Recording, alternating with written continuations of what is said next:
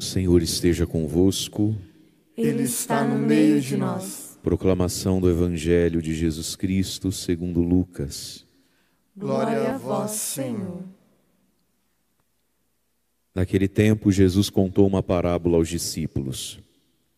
Pode um cego guiar outro cego? Não cairão os dois num buraco? Um discípulo não é maior do que o mestre. Todo discípulo bem formado será como o mestre. Por que vês tu o cisco no olho do teu irmão e não percebes a trave que há no teu próprio olho? Como podes dizer a teu irmão: irmão, deixa-me tirar o cisco do teu olho, quando tu não vês a trave no teu próprio olho?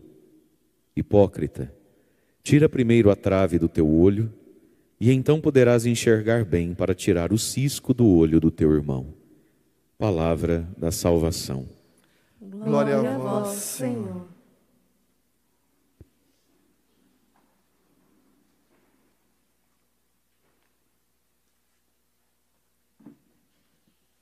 Irmãos e irmãs, Jesus hoje nos faz um convite ao autoconhecimento, à humildade, para que a gente possa praticar um gesto de caridade. Quando a gente escuta esse evangelho, num primeiro momento, a gente pode cair na tentação de achar que Jesus está dizendo que cada um cuide do próprio olho. E não foi isso que Jesus disse.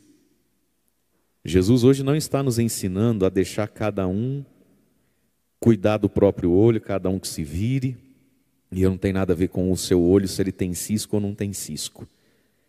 Jesus está aqui posicionando as coisas para que a gente consiga praticar a caridade. Quando Jesus disse aqui, tira primeiro a trave, o galho, a coisa enorme do teu olho, e então poderás enxergar bem para tirar o cisco do olho do teu irmão. Portanto, Jesus não diz que eu não posso, não devo te dizer que você tem um cisco no olho e te pedir licença para tirar teu cisco. Ele disse o que tem que ser feito primeiro. Primeiro tira a trave do teu. Porque também do que adianta a gente salvar o mundo, melhorar as pessoas e estragar a gente mesmo, né? Muitas pessoas às vezes vivem isso. Elas melhoram os outros e não cuidam de si, não se percebem. Claro que aqui Jesus está muito mais no tom de quem prefere cuidar da vida alheia mesmo, né? Do bisbilhoteiro, do fofoqueiro, do intriguento, do mexeriquento, né? Da pessoa perfeccionista com o outro. Mas também existe isso. Às vezes a pessoa ela não é má, ela não é entrona, mas ela tem muita gente que tem um coração que não é seu, mas não cuida de nada do que é seu, né? De nada, uma vida bagunçada, seja financeiramente, seja na saúde, seja em tanta coisa. E Jesus então está dizendo o que é que vem primeiro. Mas por isso e para isso, Jesus fala aqui que um discípulo não é maior que o mestre. Todo discípulo bem formado será como o mestre. Ou seja, Jesus está dizendo aqui quem é o nosso mestre. Por isso o versículo anterior ele diz: pode um cego guiar outro cego? Não vai cair os dois no mesmo buraco? E aqui está então, eu estou sendo discipulado, eu escolhi como mestre um cego, eu vou ficar cego, bem ceguinho, tanto quanto o cego que me guia. Eu escolhi um avarento, eu vou ficar avarento, tão avarento quanto o avarento que me guia. Eu escolhi um ignorante, um briguento, um desanimado, um pessimista, eu vou ficar assim, tanto quanto o meu mestre. E aí Jesus colocou então pode um cego guiar um outro cego, minha gente? É poder não pode, né, gente? Dever não devia, né? Mas acontece. Esse é o problema. Um cego guiando outro cego, vai os dois para o mesmo buraco. E aqui tem alguns pecados então.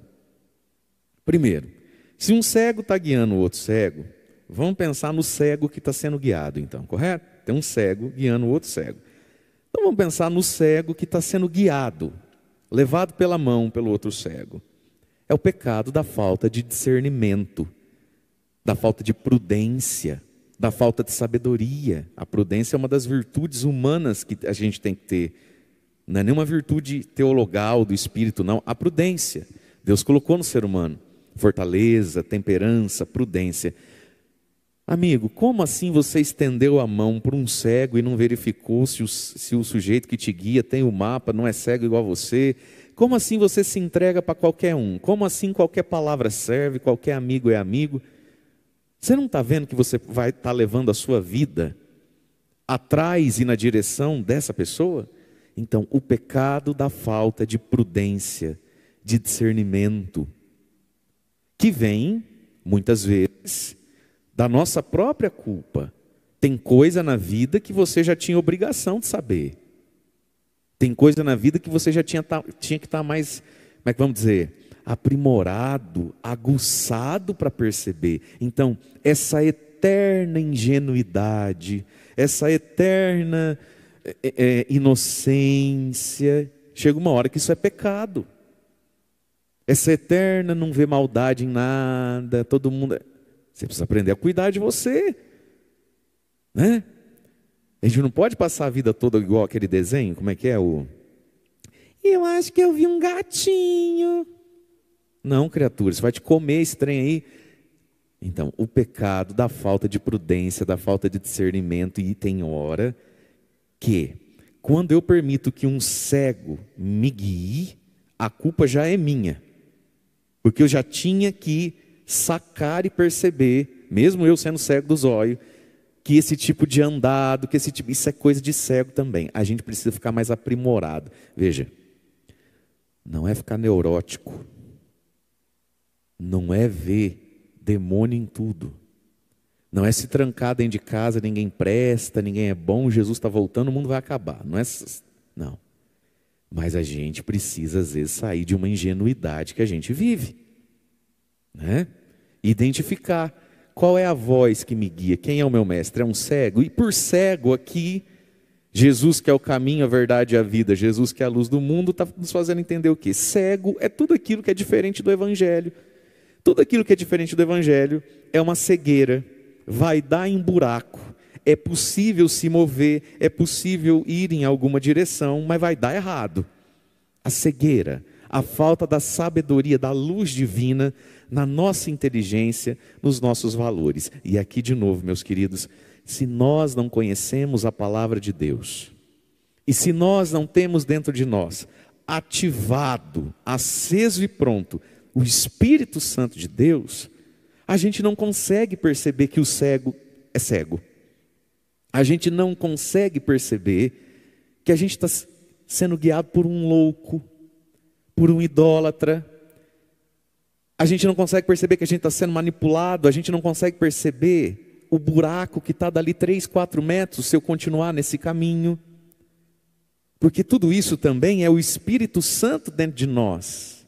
Não fala que mãe tem sexto sentido?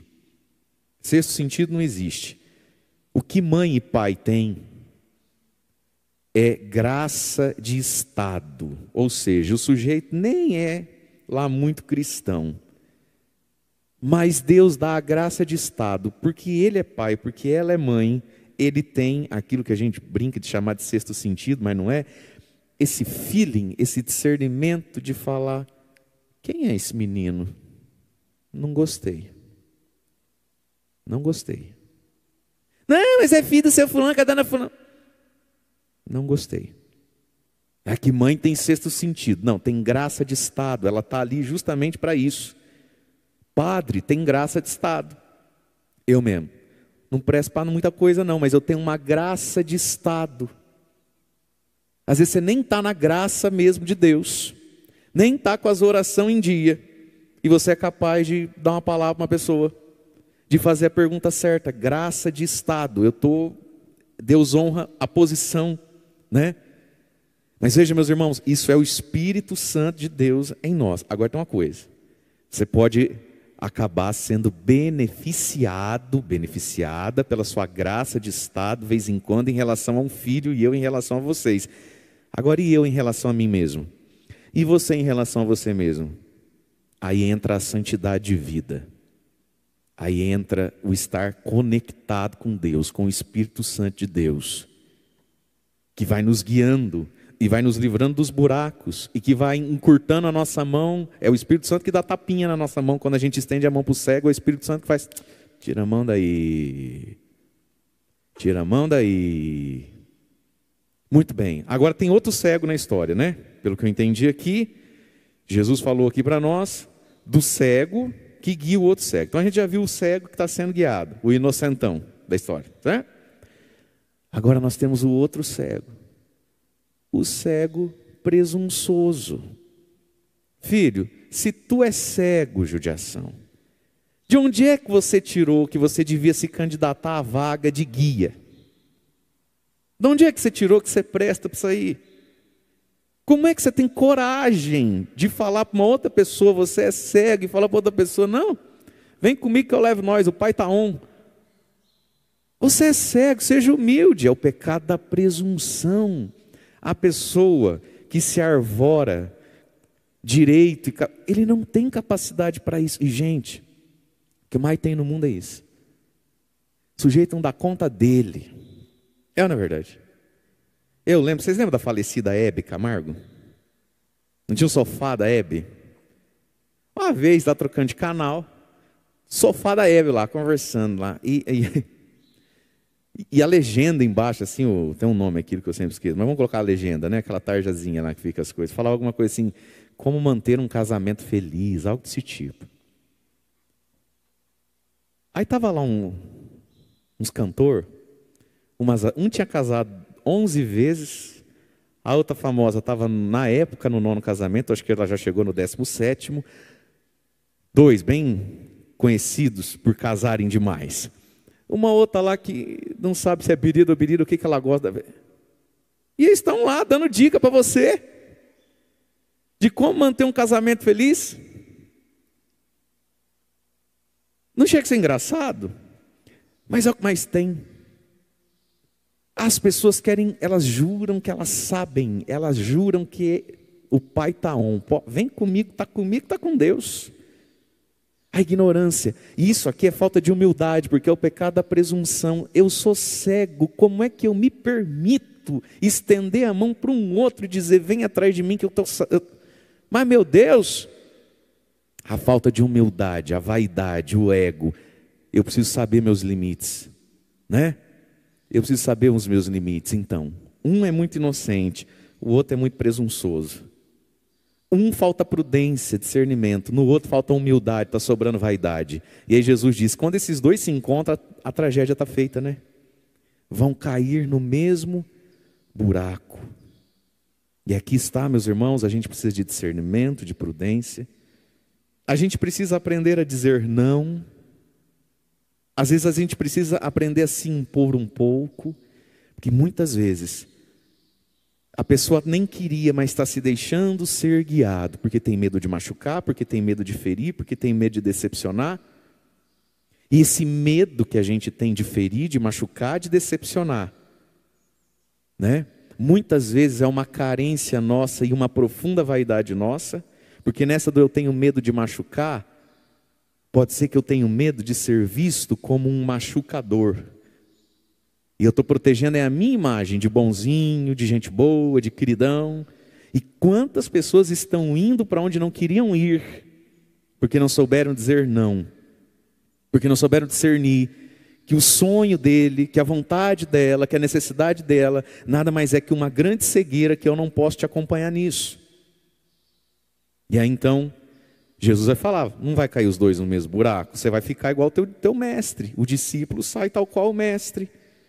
E aí nós vimos aqui a primeira leitura, né? Da carta de São Paulo a Timóteo. Timóteo é um discípulo de Paulo. Olha só, Paulo por muito tempo foi Saulo, cego de raiva, de ódio, não foi isso que ele disse? A mim, meu querido, que fui perseguidor, a mim que blasfemava, perseguia e insultava. Paulo era um cego, mas encontrei misericórdia. E agora Timóteo é discípulo, não daquele Saulo cego, blasfemador, zombador, mas discípulo do Paulo que encontrou misericórdia. Olha o que Paulo dizia, eu, Timóteo, versículo 13, agia com a ignorância de quem não tem a fé. A ignorância. Tem gente que não é má, ela é cega. Ela não é má, ela é burra, ela é ignorante, ela não tem o saber da fé, ela até quer te ajudar. Quando a gente vê esses dramas de família, onde um atrapalha o outro, o pai quer corrigir o filho.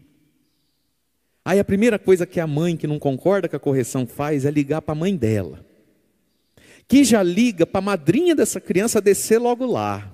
Porque gente, nós que é padre, a gente vai escutando umas histórias assim, lá pelas 4:30 da tarde, vai dando um negócio, você vai falando, nossa Senhora. Mas ninguém é mau. A mãe que liga para a própria mãe vir corrigir o marido, ela é má? Não, ela é burra. Aí ela pega e coloca uma madrinha na história, que não podendo ir, liga para a vizinha. Onde o trem foi parar? Alguém aí é mau? Não, é todo mundo burro.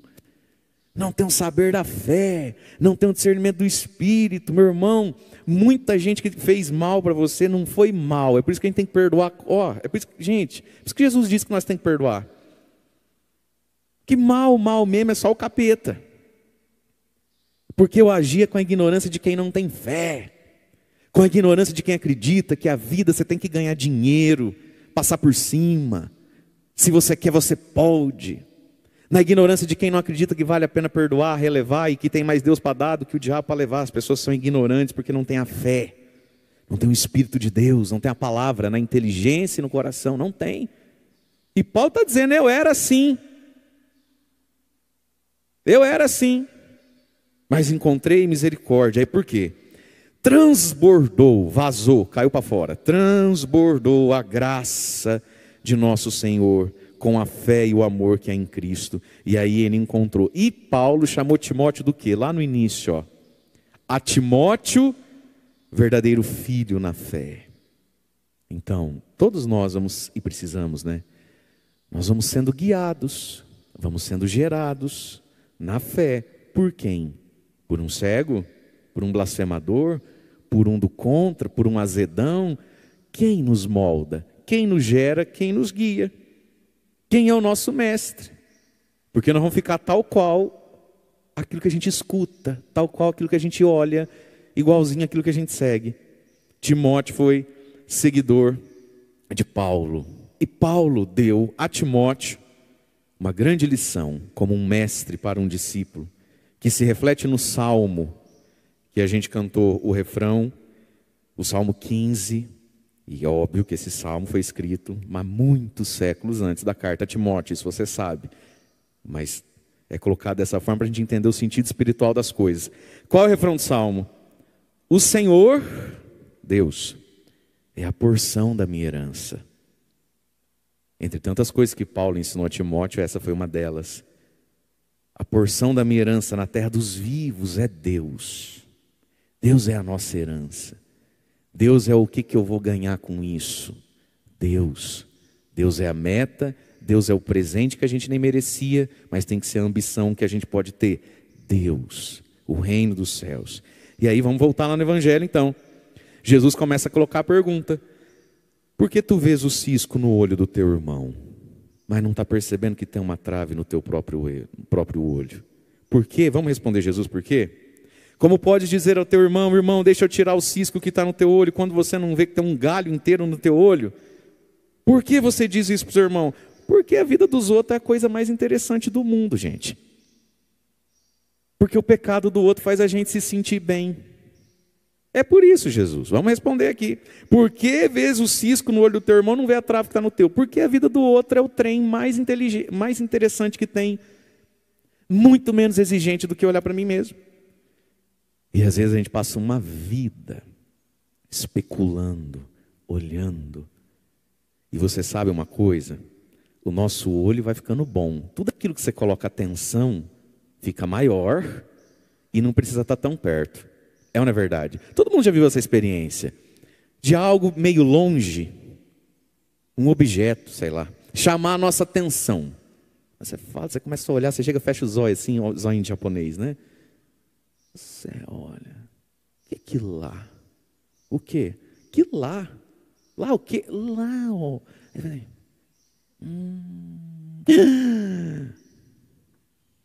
Parece que a gente cria uma lupa natural. Eu não estava nem enxergando, agora eu fiquei confuso, agora eu enxerguei. Não é assim? Tudo que a gente foca, expande. Tudo que a gente repete, a gente fica melhor. O nosso olho também. Igual tocar um instrumento, igual fazer uma atividade. Primeira vez você é todo estabanado. Depois de muito tempo você fica muito bom. Você fica aprimorado. Tem gente que é aprimorado em vida alheia. Tem gente que é aprimorado em vida alheia. Em coisa alheia. Porque a gente estimula isso todo dia. E cuida da vida de todo mundo. Sabe da vida de todo mundo. E capta. Nem aconteceu, ele nem falou, eu já estou ouvindo o que eu sei que ele vai dizer, porque você fica bom nisso. A gente fica bom em vida alheia. E como é interessante a vida alheia, né, minha gente? Mas muito interessante. Dá um sentimento de paz, saber e perceber que a cunhada, que a amiga engordou. Tempos atrás eu vi duas mulheres, e eu não vou citar nomes, nem dar muitos detalhes. Fiquei chocado.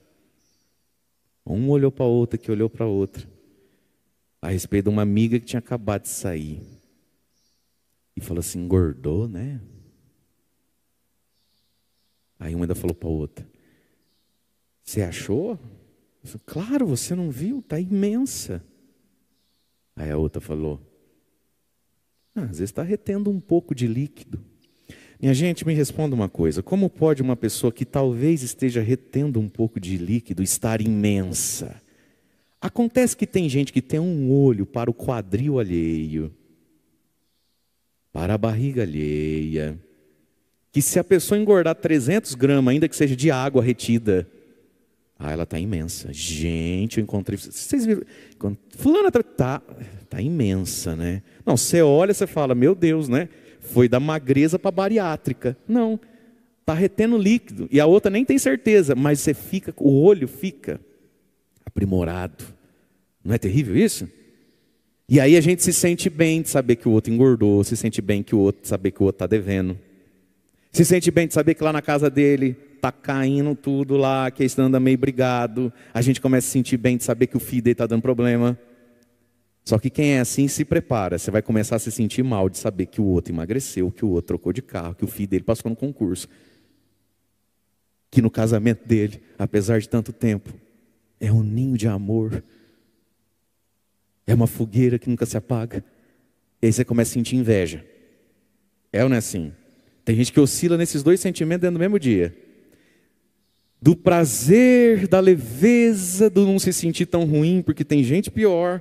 Do ciúme, da inveja, porque que eu nasci, porque tem gente melhor. A vida alheia vira a coisa mais interessante e viciosa que tem. Viciosa. Se a gente pegar o tanto de tempo que o ser humano gasta no celular, e a internet é um oceano de informações, correto?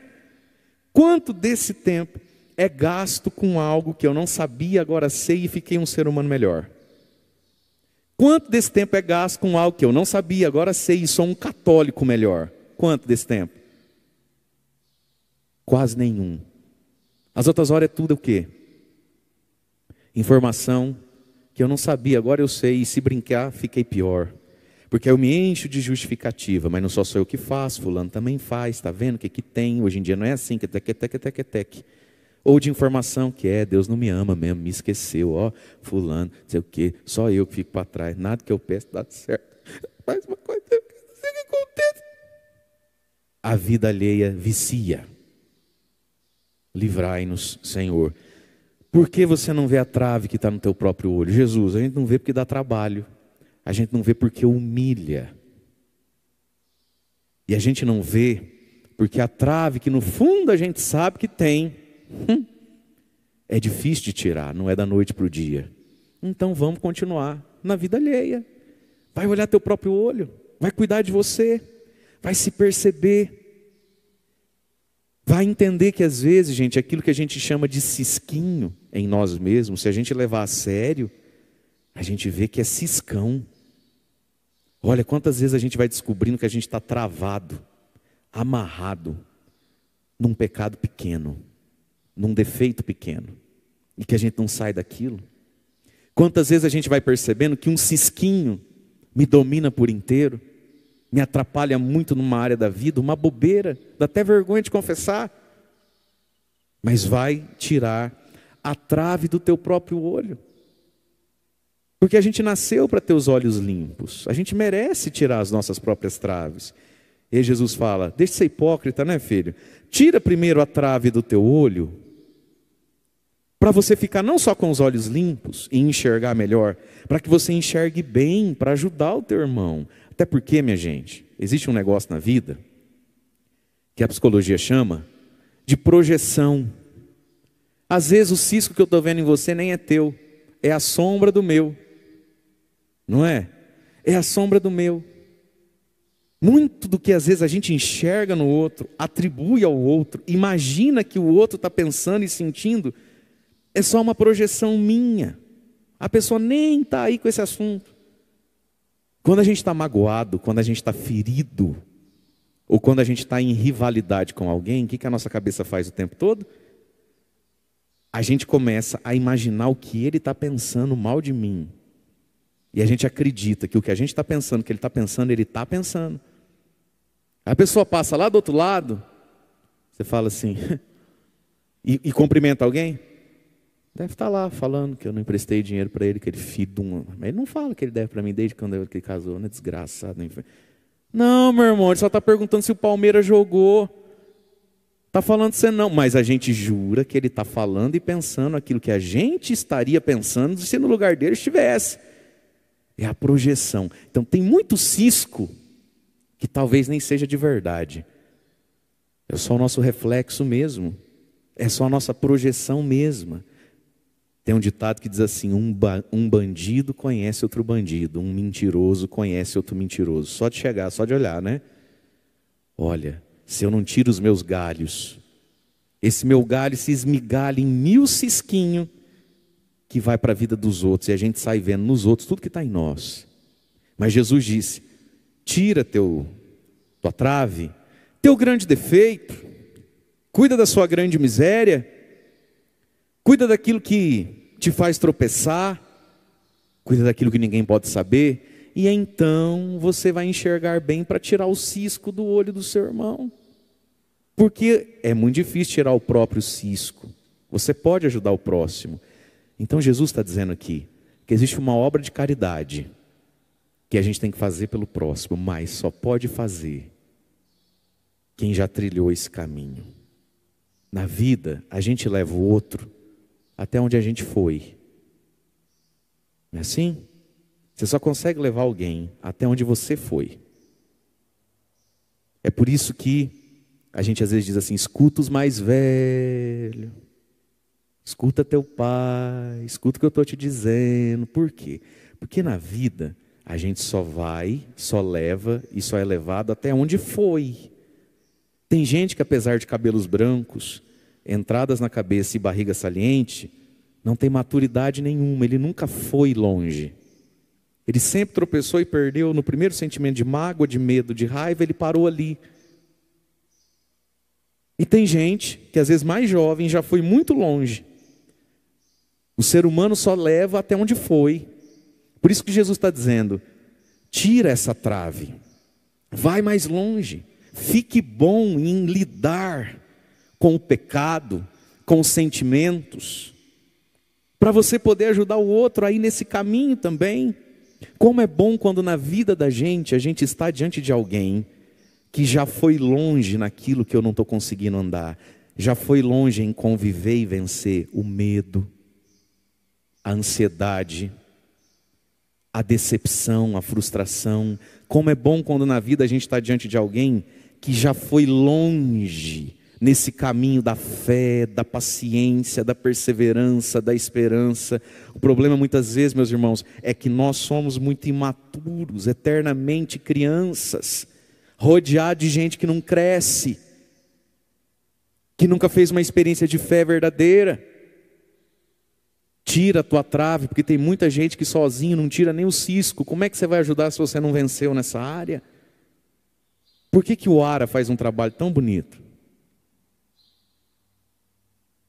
Porque ali o sujeito chega alcoólatra e se coloca diante de alguém que já trilhou aquele caminho, que já tirou aquela trave e agora ajuda a tirar o cisco.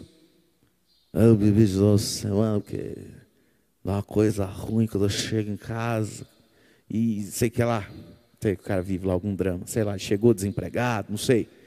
E a mulher cobrou, de novo, não arrumou emprego. Aí se sentiu humilhado, aí quando ele viu, ele foi beber, mas aí ele está diante de um homem que já trilhou esse caminho do ego, da humilhação, do se sentir um nada, mas Deus dá. Então, como a vida melhora quando a gente tem com a gente que já andou, gente que já trilhou, gente que chegou. É por isso que Jesus está dizendo, dá um jeito de resolver suas feridas, dá um jeito de resolver seus pecados para você poder ajudar o outro. E sim, então tu poderás. E aí chega a ser pecado se não fizer. Então tu poderás ajudar o teu irmão. Tem muito irmão precisando de nós. Agora, a gente não começa pelo outro, a gente começa pela gente. Se a gente olha para o mundo, se a gente olha para a nossa família, se a gente olha para o nosso derredor assim, e sente falta e acha, nossa, que bonito seria se houvesse mais fé, essa fé começa no outro, essa fé começa em mim. Se a gente olha para o próximo, olha para a nossa família, olha para a nossa cidade, nossa, que bonito se houvesse mais alegria, mais fraternidade, mais amizade. Isso começa no outro, isso começa em mim. Já que eu falei do Ara, nossa, que bom seria, que bonito seria se houvesse mais sobriedade nesse piquiri. Isso começa no outro, isso começa em mim. Começa na gente as coisas que a gente gostaria que fosse. Tira, resolve a trave. Porque senão a trave esmigalha em cisco no outro. Mas se tirar a trave, você poderá ajudar o seu irmão. Começa na gente as coisas que não existem. Começa na gente. E à medida que acontece na gente, existe na gente, começa a existir nos outros. Porque a vida é muito isso, não é? Às vezes você olha assim, você fala, rapaz do céu, eita, trem desanimado, que esse lugarzinho desanimado, né? Lugarzinho feio, lugarzinho... Onde é que começa o ânimo e a beleza? No outro, que às vezes nem percebeu. Começa em quem viu, começa em quem sentiu, então tu poderás. E aí, aquilo que antes era presunção de dizer me segue, porque eu era cego, agora não é mais presunção, agora é caridade. Me segue, não vou deixar você para trás, eu conheço o caminho, eu já andei nele, pode vir. Ó, da presunção à caridade, da vaidade à bondade, do orgulho à generosidade com o outro. Vamos ficar em pé.